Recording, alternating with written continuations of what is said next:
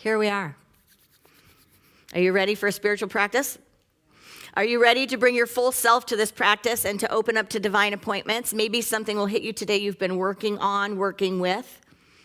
But there is something in this sanctuary, in this sacred space, whether you're here on grounds or in the ethers, joining us live stream, there is something here for you because we are not a top-down spiritual community. Even though there is someone standing here and speaking, that doesn't mean there is more authority here, more wisdom here, more insight here, more answers here. We are all here as a collective. And our process every Sunday morning is coming together knowing that our beings come together with an intention. And it is through that intention that we birth an experience. And that's about every single person that is joining together in consciousness this morning. And never before and never again will this exact combination of individual minds and hearts join together for a conscious conversation. So my daughter's been whining a lot lately, like a lot. Whining in the morning is just something for me. She used to wake up every morning and she'd say, "Good morning, Mama," with this like bright, sunshiny, smiley face. And now it's just like I even said this morning, I said, I don't think that you can come hop in my bed in the morning if you're going to bring your grumpiness. Like, my bed is like a no-grump zone. And I don't want to shove down her emotions. I want to be all unity and let her have her feelings, but not in my morning.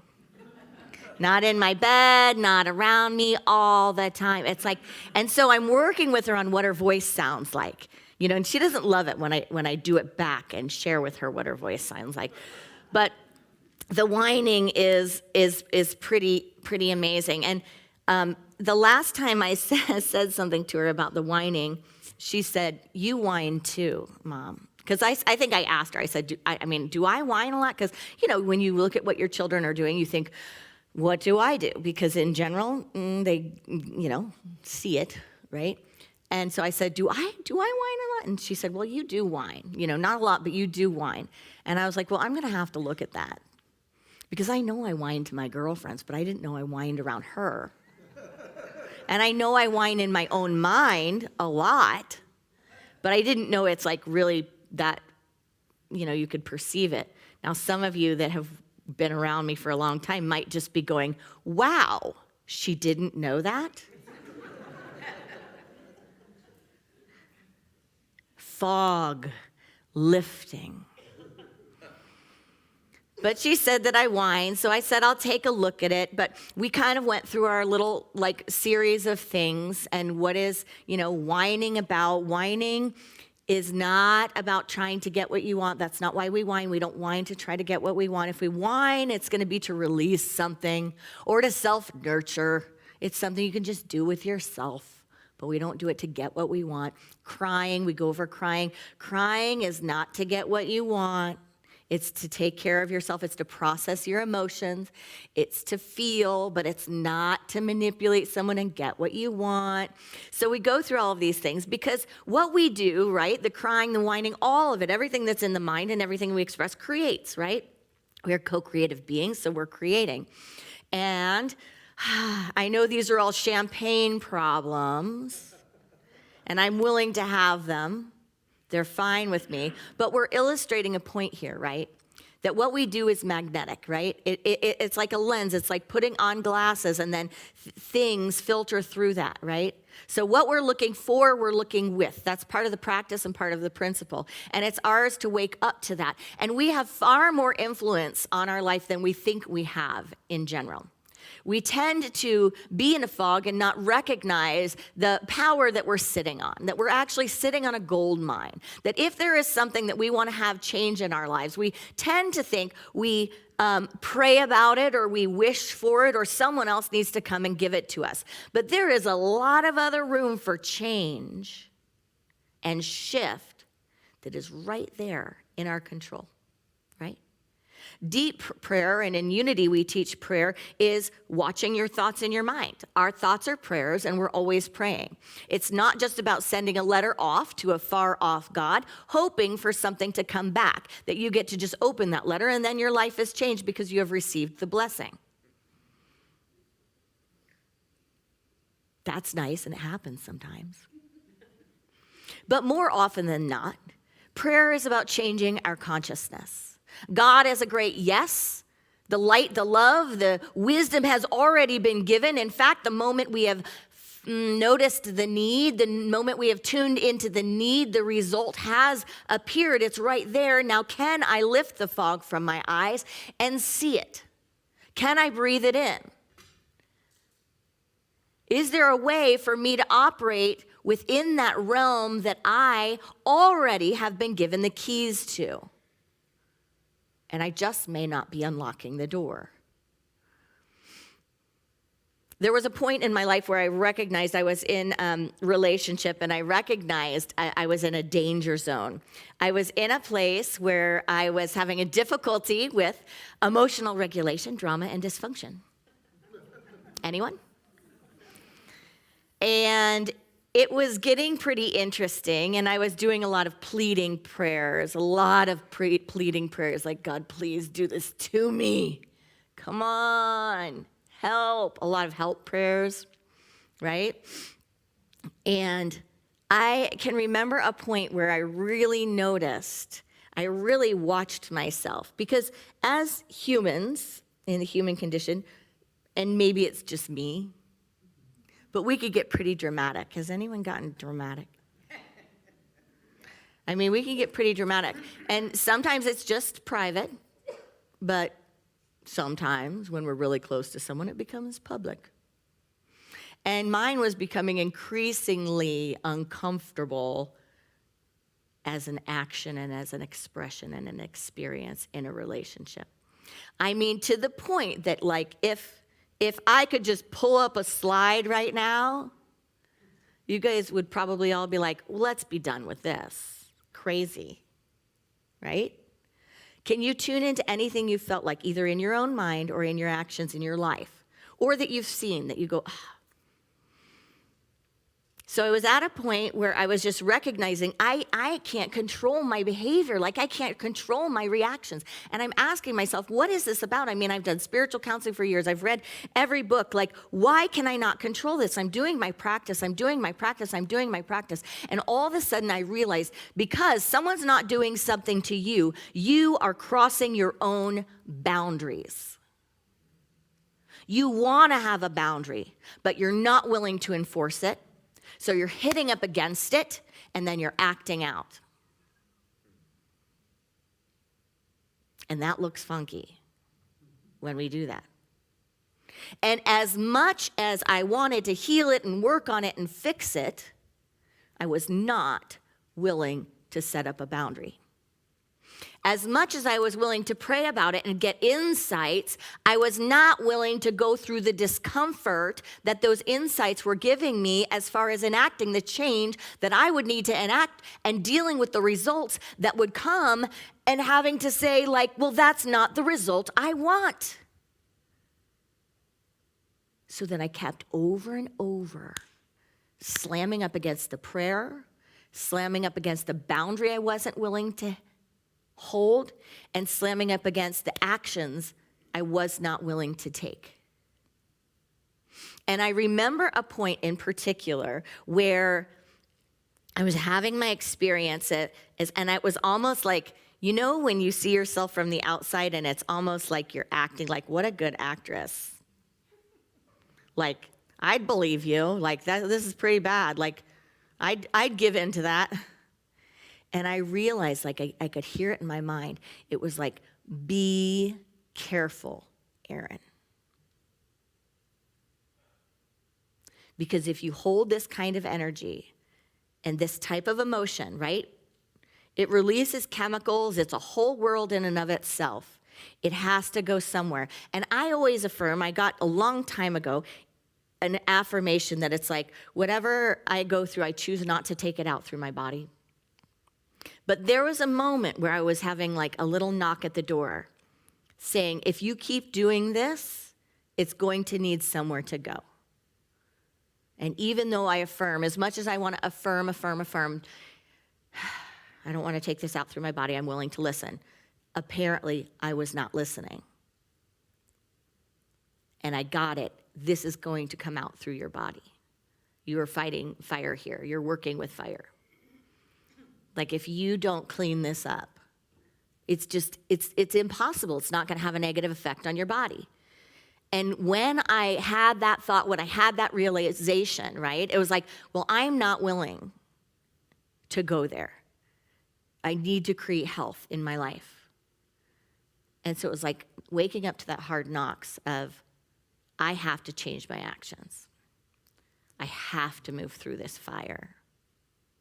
I have to step forward. I have to stop giving the practice lip service.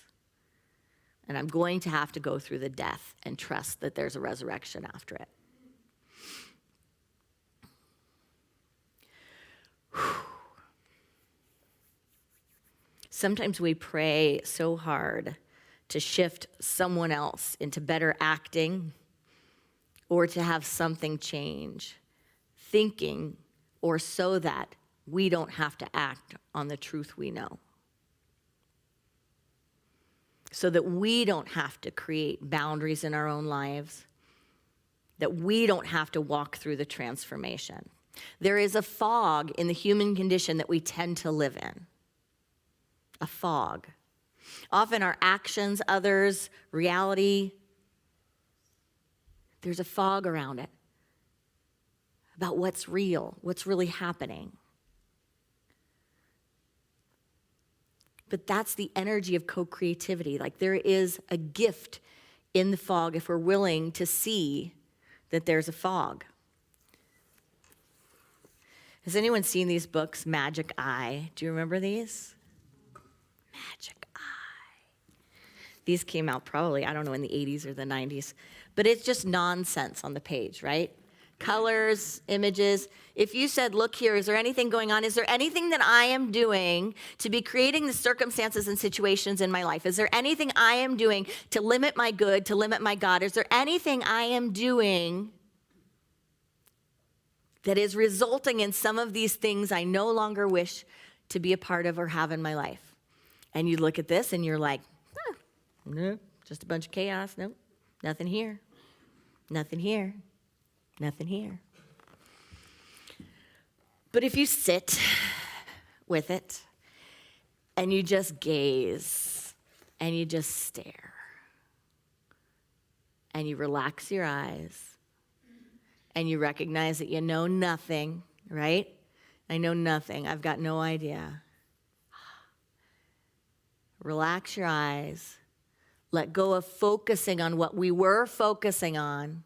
That's the trick, is the focus.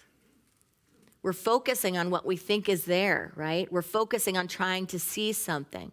But what we have to do is shift the eyes, shift the vision, let go of the focus, and allow something to emerge, allow it to come to us. And if you've done these before, the cool thing is you kind of blur your eyes, you kind of hold it out, and all of a sudden when there was nothing, there's an image. And it comes towards you.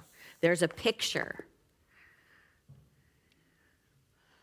Sometimes in life we don't slow down enough. We don't have the right kind of focus in our lives to look at the fog. We're not really willing to look at the fog. Now, there's some little things that can help you, like when you say something, when you hear your mind, when we hear our mind saying, I don't have enough time for this, or I don't have enough resources for this, or this isn't in my life, then, if we're willing to look around, we have a lot of little technology things today that will help us. You can have timers on your phone that tell you when to meditate so that you can't have the excuse, I don't remember, or I can't focus like that. We have credit card statements that give you that beautiful pie chart. Who got their pie chart this year? Did you get your pie chart on how you spent your money, your credit card money, or your bank stuff, right? Who is in alignment with their pie chart? Who agrees with it? That's your values, right? This was my pie chart, and I'm proud of it. We should have a competition for 2024, like peace with my pie chart. But for a lot of us, we look at that pie chart on how our money was spent this year, and it's like awareness, see through the fog. Your phone does the same thing. Does your phone now give you a little ding and say how many hours you were on it? Oh, sorry, I mean minutes. Mine flashed this morning when I was in my sacred process, and it dinged, and I thought I had my ringer off, and I was like, why are you dinging? What's dinging? What's trying to get my attention? And it was this little pop-up because I didn't have the ringer off. And it said how many hours and minutes I spent on my phone. And I was like, and said it was up 14% from last week. And I was like, that's good. That's pretty good. I feel good. And then I read it more closely. And it was like, that said per day last week, not per week. I thought it was per week. I'm not going to tell you how long. It said I was on my phone, but like, look, and I work on my phone, so I'll give it that much. And Cynthia Brandt had a birthday this week, so I'll give her that much for all the texts that came in. Shout out to Cynthia, our live streamer. She helps host the Zoom room. But I looked at that number, and I was like, you're kidding me. And I think it was on all my devices. The fog, looking through, taking an inventory, coming out of the energy of hibernation and into the energy of I want to co-create, I want to be aware. Where is the zone of shift that I can influence? What is my zone of influence?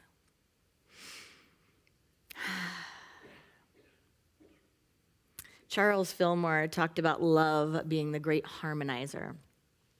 The great harmonizer.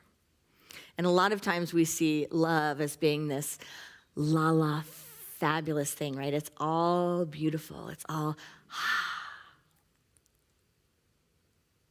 But he called it the great harmonizer.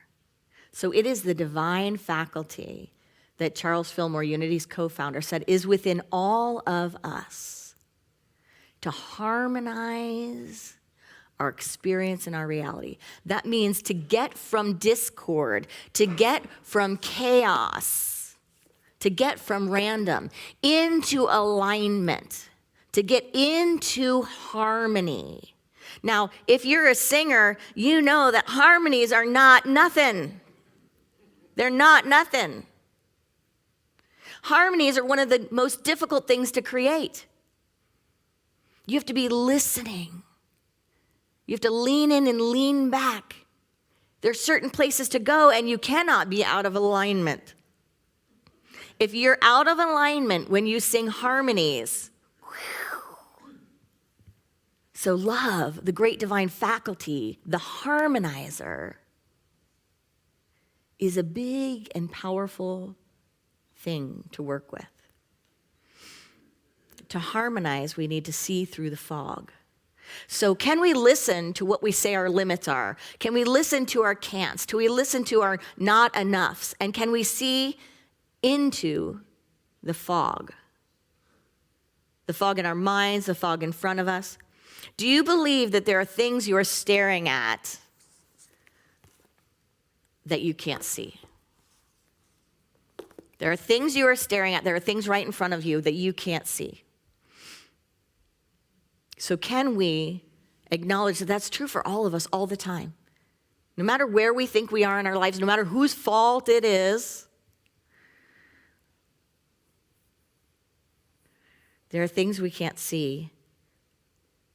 But if we're willing to look through the fog, to look beyond the chaos, beyond the I don't knows, or beyond the my story, or I do know, and allow something to come forth, allow something to stand out, allow our eyes and our being to focus differently, to focus spiritually, to ask that prayer to come alive in a way that lifts the fog, then we can see and impact our lives differently. Now, if anyone doesn't believe that we can have an impact on our lives or our behavior, think about kids and think about how they show up in behaviors. Most of us have a child in our lives, so we're either a parent, a grandparent, an aunt, something, a neighbor. And when young ones show up in certain ways, is there always nothing we can do? Right? Nothing? There's almost never nothing we can do, right? And if you don't believe that, see The Nanny. Go back to like YouTube or something, look at old versions of that show, The Nanny. Because that woman goes in there and life is different when she leaves. Even when they think, oh no, this kid is just, and if that doesn't work for you, go to one of those dog whisperer shows, cat whisperer shows, right? Where all of a sudden there's someone that knows about that stuff. Someone that sees through the fog. And they say, I know you don't realize it, but every time, this is what you're doing. And then, this is the result. And that there is the realm of the law of mind action. Mind, idea, expression. Cause, effect. And it is an incredible space to have our practice. Because God has already given, and it is up to us to see through the fog and to recognize our impact on the world within us and the world around us. You probably wouldn't think that for the month of love, the month of February, we'd be talking about boundaries. Some of us don't have enough. Some of us have too many. Keeping love out, keeping love in. Where are you right now with boundaries? Do you have an idea, a misunderstanding that boundaries aren't loving, that they're not spiritual? That if I set up a boundary, that means I'm not forgiving. That means I'm not kind. That means I'm fill in the blank.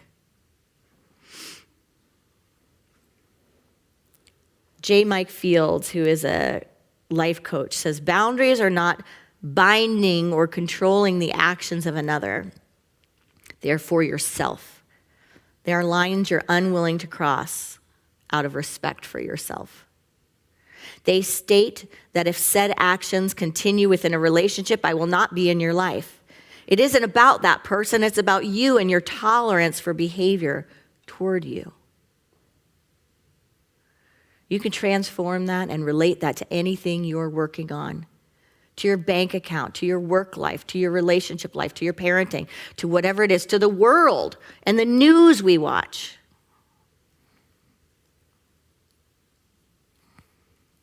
What misunderstandings about love, about the spiritual practice, about what God is, and about boundaries are we ready now to heal? There was an anonymous little quote that came by my field this week, and it said, "You didn't become selfish. You became harder to manipulate." And I related it for myself and what my issues are. You didn't become harder, like a harder person, like a harder heart. You became harder to manipulate.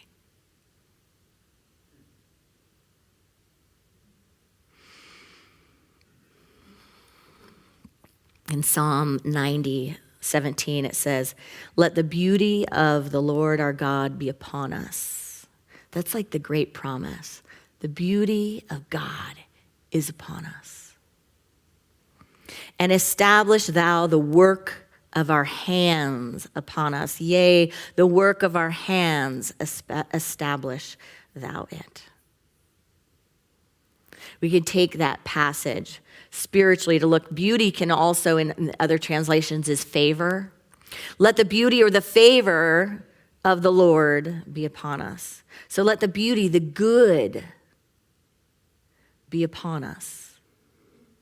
And the Lord is often translated as law, the spiritual law. So let the good of the spiritual law be upon me.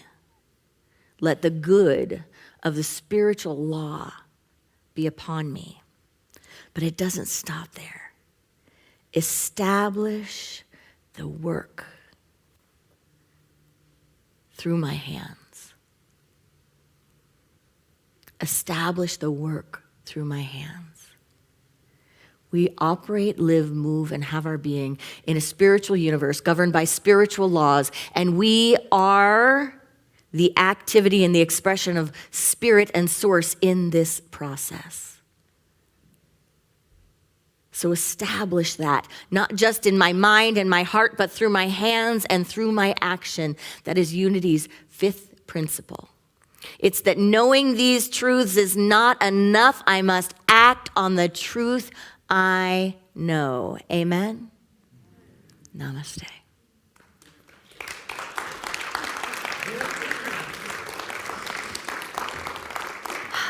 So let's take this thought into a moment of meditation as we just breathe into this time. Do we have a meditation song, gents, or we're going instrumentally?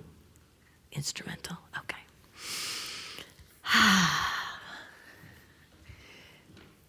So here we have arrived at this moment. We may know what we're working with today. We may know what the fog is. We may have no idea. We may have thought we live in an eternal sunny day or an eternal snowstorm. But there is a fog for each of us. And when we allow that fog to lift, we are freeing our God. Fog. Freeing our God. Freeing our good.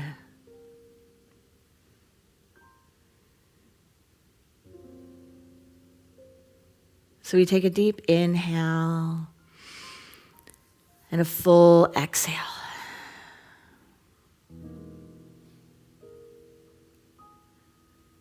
As we do the hard work of love.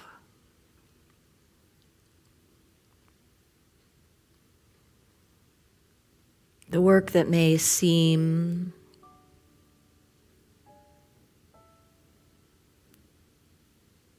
to our sensitive self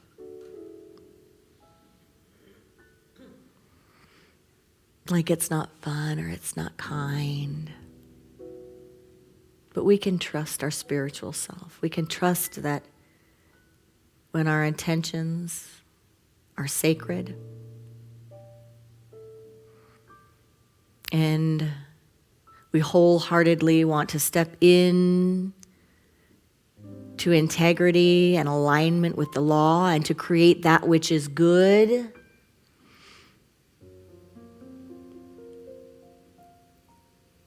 then we recognize as co-creators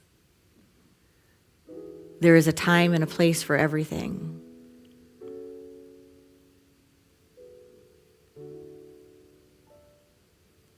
And sometimes there is a time for me to take action. Sometimes a boundary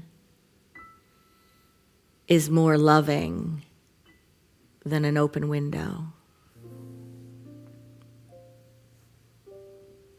So I go to this question spiritually.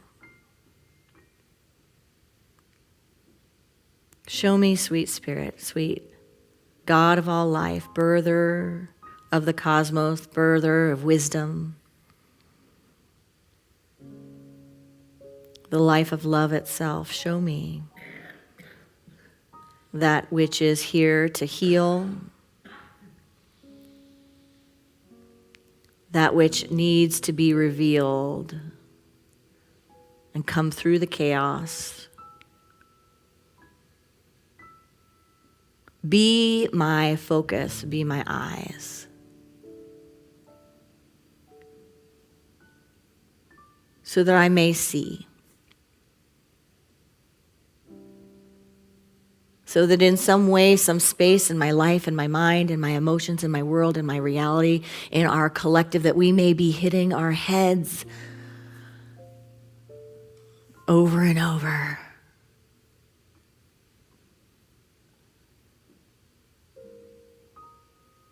feeling restricted, restrained, held back, powerless. That we may see that in fact we are not powerless. In fact, with the lock was delivered the key. And I am willing to use it now. I'm willing to act on the good I know, the God I know, to pick up the key and put it in the lock and realize that it was never locked to keep me out. It was never locked to keep me out.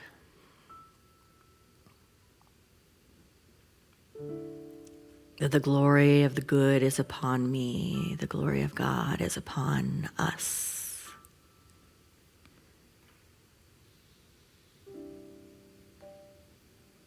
That thy spirit of wisdom works through these hands.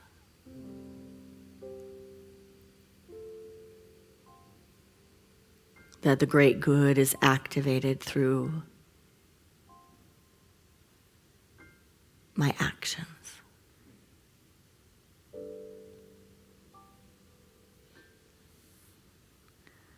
So I remember here and now that I have one allegiance, and only one. It is to the source of my being.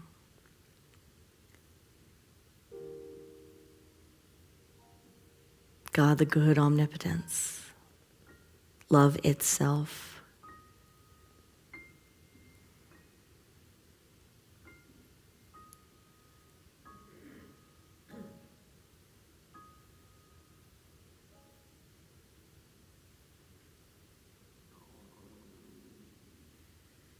So I inhale and exhale.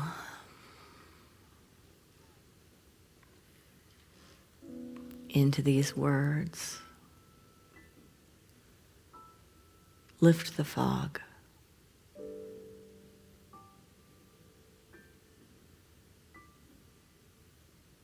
Create in me the ability to focus through the illusions into that which underlies.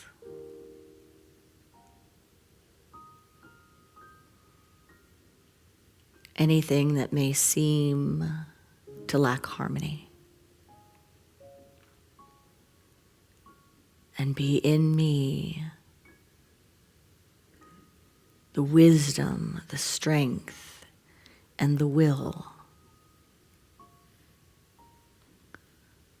to step into alignment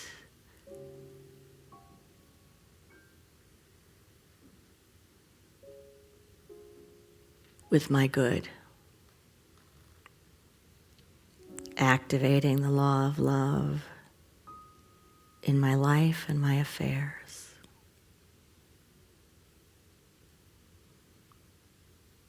I breathe into this love.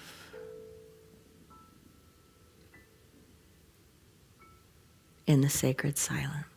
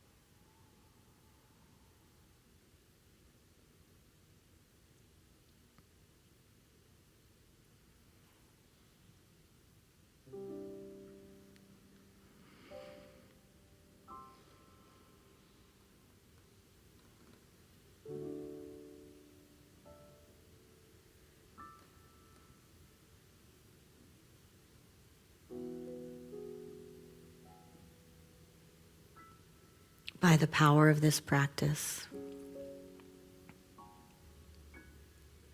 May all beings have freedom from suffering and the causes of suffering.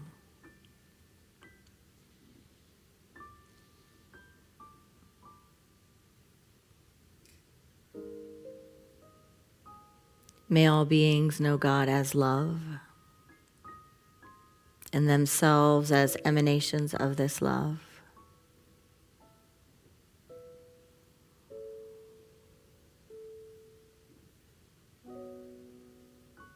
May all beings know that we're born blessed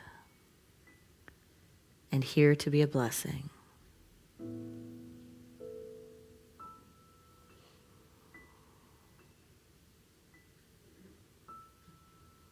Namaste.